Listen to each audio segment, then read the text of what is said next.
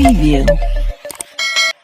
एबे पाणीपाग केन्द्र पक्षर एक बड़ खबर सामना को आसी तेज बर्तमान जहाँ सूचना मिलूँ आसंता 14 रु पुणी हेब बड़ वर्षा राज्य में पुणी बड़ वर्षा होबार संभावना प्रभावित होब उत्तर उपकूल और ओडिशार अधिकांश जिला 13 तारिख में गांगेय उपत्यका और उत्तर ओडिशा उपकूल एक घूर्णिबलय सृष्टि होबार संभावना होती 14 रु पुणी बढ़ वर्षा तेज 14 रु केते तारिख जाए वर्षा होब और क्यों जिला को अलर्ट जारी कराई से नहीं संपूर्ण अपडेट जानिबा किंतु ता पूर्व वीडियो लाइक कर दिंतु सांग को बहु मत शेयर करूँ आपड़ जब आम चैनल को प्रथम थर आम चैनल को एवं ही सब्सक्राइब कर पाखर बेल आइकन क्लिक कर ऑल नोटिफिकेशन पर ऑन कर रखुँ जहाँफल जब भी जेकोसी लेटेस्ट न्यूज अपडेट कले आपने सर्वप्रथम नोटिफिकेशन जरिए पाइपर तेज आसन जाना आज संपूर्ण खबर आसंता 13 तारिख में गांगेय उपत्यका और उत्तर ओडिशा उपकूल एक घूर्णिबलय सृष्टि होबार संभावना रही यह घनीभूत हो लघुचाप रूप नहीं पारे बोली पूर्वानुमान कर आंचलिक पाणीपाग विभाग लघुचाप परिणत नहेले भी उत्तर ओडिशार उपकूल जिले में प्रबल वर्षा होब बोली आकलन कर पाणीपाग विशेषज्ञ शरत साहू किसी स्थान में 70 रु 200 मिलीलीटर पर्यंत वर्षा होबार संभावना रही सेपटे घूर्णिबलय प्रभाव में राज्य में घड़घड़ी बिजुली सह वर्षा जारी रही आज घड़घड़ी बिजुली सह वर्षा नहीं मयूरभंज बालेश्वर भद्रक केन्द्रापड़ा गजपति मालकानगिरी और कोरापुट को घड़घड़ी बिजुली सह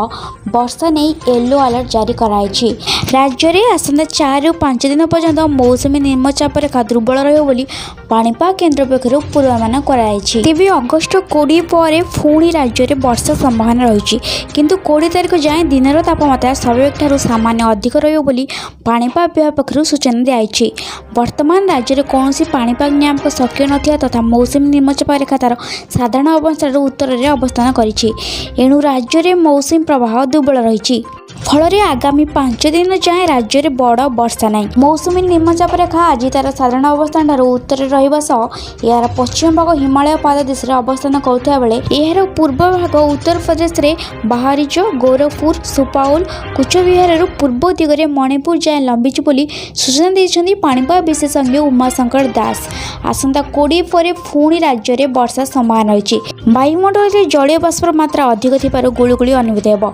समय समय घड़घड़ी बिजुली सहित वर्षा हो बोली पाणीपाग विभाग पूर्वानुमान करछंती तेबे आसंता 24 घंटा मध्य राज्यर किसी स्थान में बिजुली घड़घड़ी सह वर्षा होबार संभावना थिबा बेले कोरापुट मालकानगिरी नवरंगपुर कलाहांडी कंधमाल नयागढ़ सुंदरगढ़ केउंझर मयूरभंज बालेश्वर और गंजाम यही 11 जिला को येलो वार्निंग जारी कर पाणीपाग विभाग सेहीपरि आसंता काली राज्यर किछि जिले में बिजुली घड़घड़ी सह वर्षा होबार थिबा बेले 8 जिला को येलो वार्निंग जारी कराई